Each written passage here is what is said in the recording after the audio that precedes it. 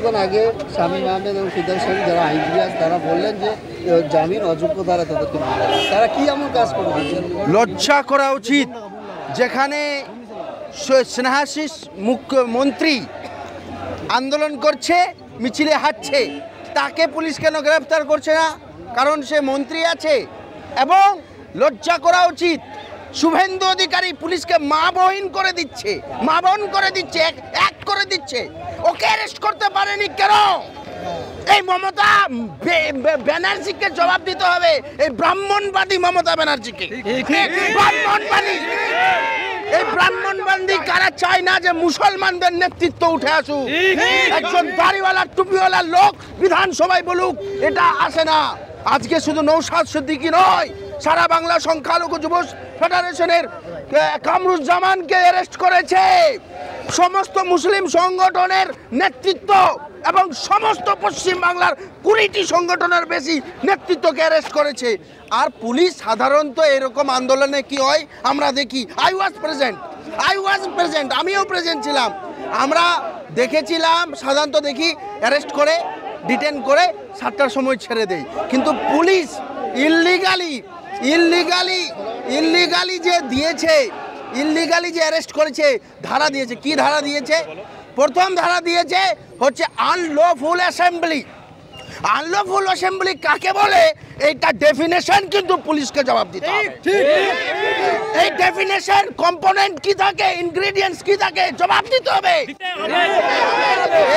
এই যে পুলিশ তারপরে কি বলেছে যে কমন ইন্টেনশন কখন হয়? যখন কেউ ছুরি ভোজালি, মানে আন্দোলনটা তো শান্তিপূর্ণ, আপনারা সবাই দেখেছেন। আমি নিজে আন্দোলনে ছিলাম, হিম্মত থাকলে পুলিশ অ্যারেস্ট করুক আমাকে। আমি ডাক দিয়েছিলাম এই আন্দোলনের, ইন্ডিয়ান জাস্টিস ফোরামের চেয়ারম্যান হিসেবে আমি ডাক দিয়েছিলাম।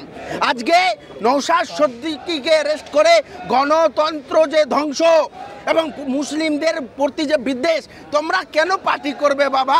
তোমরা কারো চাকর বাকর থাকো না, কখনো সিপিএম এর চাকর বাকর থাকো, তোমরা অন্য কোনো পার্টির চাকর বাকর থাকো, তোমরা নিজের পার্টি তৈরি করতে পারবে না, নিজের পায়ে ক্ষমতা করতে পারবে না। এই উদ্দেশ্যে মমতা ব্যানার্জি সিপিএম আন্দোলন করলে অ্যারেস্ট করে না, কংগ্রেস আন্দোলন করলে অ্যারেস্ট করে না। আমি কংগ্রেস নেতা হয়ে বলছি, কংগ্রেস আন্দোলন হলে ওই ছেড়ে দেয়, কিন্তু নওশাদ আন্দোলন করলে এবং মুসলিম লোক ছেলেরা, মুসলিম নেতারা আন্দোলন করলে তাদেরকে ধারা দিয়ে দেবে। এটা চলবে না। মমতার গদি হেলিয়ে দিতে হবে বাংলার মুসলমান সমাজ। আমি বলছি আর একটা ধারা এড করেছে যে পুলিশকে বাধা। কিসে বাধা? পুলিশকে বাধা যদি পিসফুল এজিটেশনের জন্য যদি স্লোগান দেওয়া হয়, এটা কি বাধা? এটা আইনে, সংবিধানে পুলিশকে দেখাতে হবে, আইনের কমেন্টারিতে দেখাতে হবে যে কোথায় বাধাটা লেখা আছে, ইনগ্রিডিয়েন্টস কি আছে, সেটা দেখাতে হবে। আজকে আর্গুমেন্টে এই পয়েন্টগুলো আমি রাখবো যে সবচেয়ে বড় জিনিস হচ্ছে সংবিধানে আর্টিকেল 21-এ লাইফ অ্যান্ড লিবার্টি ভায়োলেশন হয়েছে। দ্বিতীয়ত সংবিধান বলছে peaceful agitation and several judgment of the supreme court observe that peaceful agitation is the fundamental right। তো আমি কি শান্তিপূর্ণ অবস্থান করতে পারি না? আমি তো রাস্তায় বসে থাকতে, আমি বলেছি সাইডে ব্র্যাকেট ঘেরে আমাদেরকে দিয়ে দেওয়া হোক, আমরা ধর্ণা করব অনির্দিষ্টকালীন। লজ্জা করা উচিত। মমতার বিরুদ্ধে কালকে আন্দোলন ছিল না, কালকে কেন্দ্রীয় সরকার বিজেপির বিরুদ্ধে আন্দোলন ছিল। মমতা থামালো কেন আর মিথ্যে কেস দিলে কেন? এর জবাব মমতার অভিষেককে দিতে হবে। যে মুসলিম যারা নেতা আছে, সিদ্দিকুল্লাহ চৌধুরী থেকে কাশেম সিদ্দিকী, হুমায়ুন কবির, শওকত মোল্লা, এরা আরো বিরুদ্ধে বলছে চুল্লু ভর পানিতে ডুবে মরা উচিত সিদ্দিকুল্লাহ চৌধুরীকে। এ কওমের গাদ্দার, কওমের গাদ্দার। যে মুসলিম নেতারা তৃণমূলে আছে আর যদি এই অ্যারেস্টটাকে সাপোর্ট করে থাকে, ও কওমের গাদ্দার আছে, ও গণতন্ত্র প্রেমী নয়, সংবিধান বিরোধী করে, ও বিজেপির দালাল আছে। এদেরকে আইডেন্টিফাই করতে হবে এবং এদেরকে আইডেন্টিফাই করে এদেরকে সবক দিতে হবে যে খবরদার।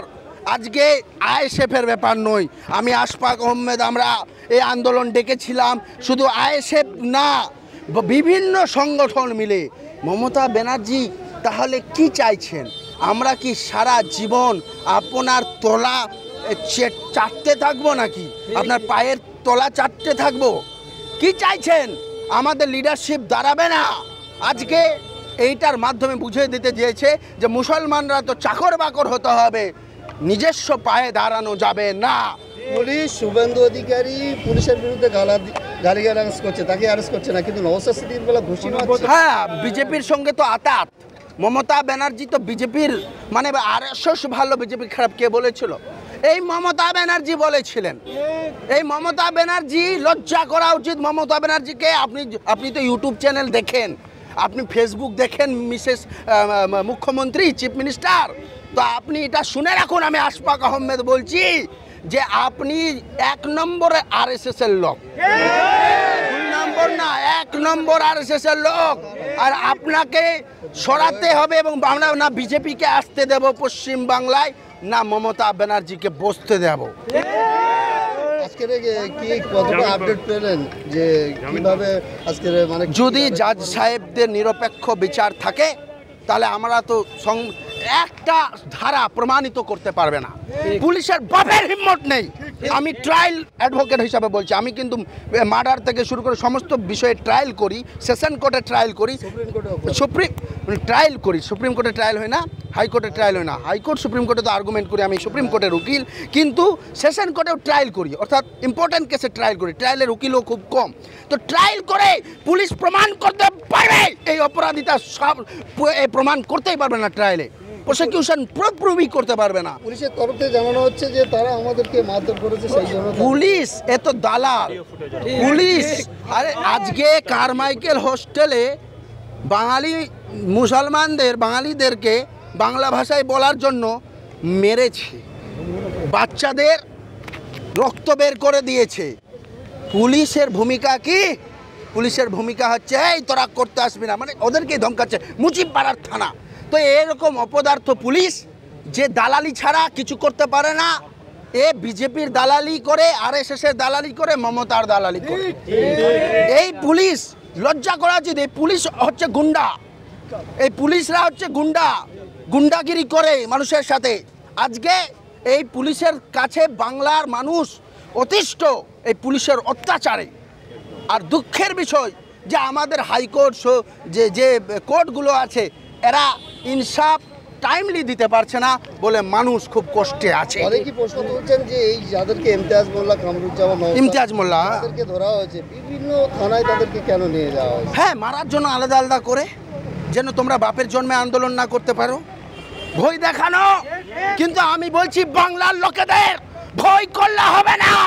আজকে একটা কামরুজ্জামান, একটা নওশাদ, ইমতিয়াজ মোল্লাকে ধরেছে, কালকে আপনারা রেডি হন যে জেল ভরো আন্দোলন করবেন। কত জেল আছে আর কত লোকআপ আছে পুলিশের, সেটা বাংলার মানুষ দেখে নেবে। বাংলার মানুষকে দেখে নিতে হবে যে কতটা লোকআপ আছে। এই লোকআপগুলো আমরা দেখে নেব, কিন্তু এদেরকে ছাড়বো না। আজকে আমি বলছি ভাঙড়ের মানুষদেরকে, নওশাদকে হারাবেন না, কম হেরে যাবে। নওশাদকে হারালে কম হেরে যাবে। ভাঙড়ে জেতান আর 1000টা বিধায়ক তৈরি করুন যাদের মধ্যে বুকের পাটা আছে, শাসকের চোখে চোখ রেখে। আর কি আমাদের অপরাধটা কি? পরিযায়ী শ্রমিক, বাঙালি পরিযায়ী শ্রমিকদের পক্ষে কথা বলা অপরাধ, ওয়াকাব আইনের বিরুদ্ধে বলা, সংবিধান বিরোধী আইনের বিরুদ্ধে বলা অপরাধ। নওশাদ সিদ্দিকী, আমিও ছিলাম ওখানে, পিসফুল শান্তিপূর্ণভাবে আমরা বলেছিলাম আমাদের জায়গা দেওয়া হোক, আমরা যাব, ওখানে বসে করব। পুলিশ আটকেছে। পুলিশ গণতন্ত্র প্রক্রিয়া, পিসফুল এজিটেশনকে, শান্তিপূর্ণ অবস্থানকে, শান্তিপূর্ণ আন্দোলনকে, যেটা সংবিধান আমাদেরকে দিয়েছে, সেটা পুলিশ আটকেছে। পুলিশ অপরাধ করেছে। আমাদের এই 96 লোক অপরাধ করেনি, অপরাধ করেছে পুলিশ। পুলিশকে সাজা হওয়া উচিত। আর এই পুলিশের বিরুদ্ধে কি করতে হয় সেটা আমরা আইনের মাধ্যমে হাইকোর্ট, সুপ্রিম কোর্টে দেখব। আমার জানা মতে এখনও জানা নেই, হতে পারে কিছু আইনজীবীকেও হয়তো তুলে নিতে পারে। কিন্তু পুলিশ যে কাজগুলো করেছে, কলকাতা পুলিশকে ডুবে মরা উচিত। মিথ্যা কেস দেওয়া, একটা ইনগ্রিডিয়েন্ট প্রুভ করতে পারবে পুলিশ?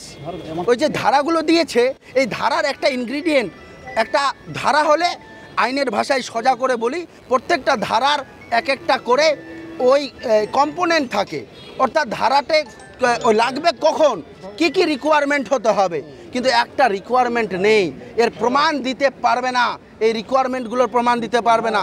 আমি এই নিন্দা জানাচ্ছি। আর মুখ্যমন্ত্রী